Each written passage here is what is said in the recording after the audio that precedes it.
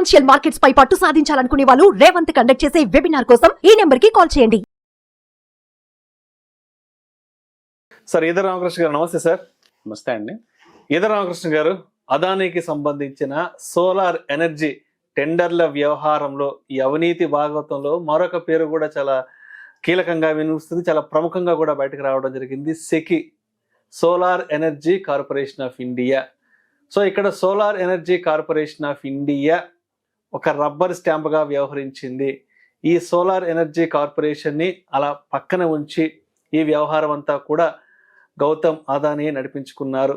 ఆట ఎలా ఉండాలి, ఆటలో గెలుపోవటంలో ఎలా ఉండాలో కూడా ఇది మొత్తం కంప్లీట్గా కూడా అదానీకి అనుసరణలోనే జరిగిందంటూ కూడా ఇక్కడ సెకి పేరు కూడా ప్రప్రథమంగా వినిపిస్తోంది. ఏంటి అసలు ఈ సెకి అంటే ఏంటి? ఈ సెకికి గౌతమ్ అదానీకి మధ్య ఎటువంటి లోగుట్టు వ్యవహారం జరిగిందంటారు? Solar energy corporation of India కేవలం ప్రేక్షక పాత్రే కనిపిస్తుందండి ఇప్పుడు మొత్తం ఎపిసోడ్లో. ఈ solar energy corporation of India ఒక 10 గిగావాట్ పవర్ ప్రాజెక్ట్స్ సోలార్ ఫీల్డ్లో పెట్టాలని చెప్పేసి టెండర్స్ పిలవడం జరిగింది. సో టెండర్స్ ఎందుకు పిలిచారు, పిలవాల్సిన సందర్భమా కాదా అని మనం డిస్కషన్ చేయకుండా మామూలుగా చూస్తే అదానీ వాళ్ళు ఈ టెండర్స్ గెలుచుకోవడం జరిగింది 10 గిగావాట్స్కి. సో గిగావాట్స్ గెలిచిన తర్వాత కానీ పవర్ పర్చేసింగ్ అగ్రిమెంట్స్ అని జరుగుతాయి.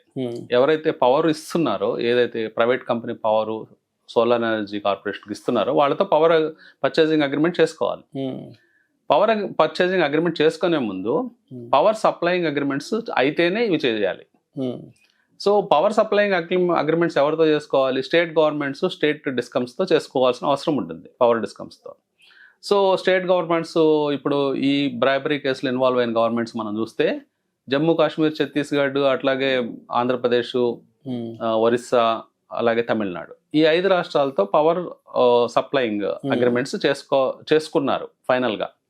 కానీ ఈ అన్ని process central government unit speed up చేయలేదు కాబట్టి అదానీనే చేశారు. అదానీనే బ్రైబ్స్ ఇచ్చి ఈ పవర్ సప్లయింగ్ అగ్రిమెంట్స్ స్పీడ్గా చేసుకొని పవర్ పర్చేసింగ్ అగ్రిమెంట్స్ స్పీడ్గా అయ్యేటట్టు చూసుకున్నారని ఈ టోటల్ బ్రైబరీ కేసులో ఉన్న కీలకమైన అంశం అండి. అంటే ఇక్కడ వీళ్ళ పాటికి వీళ్ళు టెండర్స్ పిలిపించుకోవటము, అట్లాగే పవర్ సప్లై అగ్రిమెంట్స్ చేయించుకోవటము అన్ని కూడా అదానీ చేశారు. కేవలం ఈ solar energy corporation of India అపేక్షక పాత్ర వహించింది అనేది ఇక్కడ మొత్తం పిక్చర్ చూసినప్పుడు అర్థం అవుతుంది. టోటల్ అన్ని సైడ్స్ మనము చూసినప్పుడు ఇక్కడ అర్థం అవుతుంది. అంటే ఒక పనులు స్పీడ్ గా జరగాలంటే చాలా కష్టమైన దేశంలో ఉన్నాం మనం. సో కానీ ఇంత స్పీడ్ గా power purchasing agreements, power supplying agreements ఇవన్నీ కూడా అంత స్పీడ్ గా జరిగినాయి అంటే ఒక బలమైన శక్తి, బలమైన ఫోర్స్లు ఉండాలి. ఆ ఫోర్సే అదానీగా ఇప్పుడు కనిపిస్తుంది. గతంలో మనం చూసినప్పుడు హైడల్ పవర్, హిమాచల్ ప్రదేశ్ లో హైడల్ పవర్ ప్రాజెక్ట్స్ లో జరిగినప్పుడు కూడా చాలా అవినీతి కేసులు, చాలా అవినీతి భాగోతాలు బయటపడ్డాయి. అప్పుడు కూడా ఎట్లాగో అంటే ఒక చీఫ్ మినిస్టర్ సెక్రటరీలు వాళ్ళు ఉత్తరాఖండ్లో, అలాగే హిమాచల్ ప్రదేశ్లో జస్ట్ వాళ్ళు ఇచ్చేస్తే ఇక్కడ చాలా మంది వెళ్ళి మన ఏపీ, తెలంగాణ నుంచి కూడా చాలా మంది ప్రమోటర్స్ పవర్ ప్లాంట్స్ పెట్టడం జరిగింది.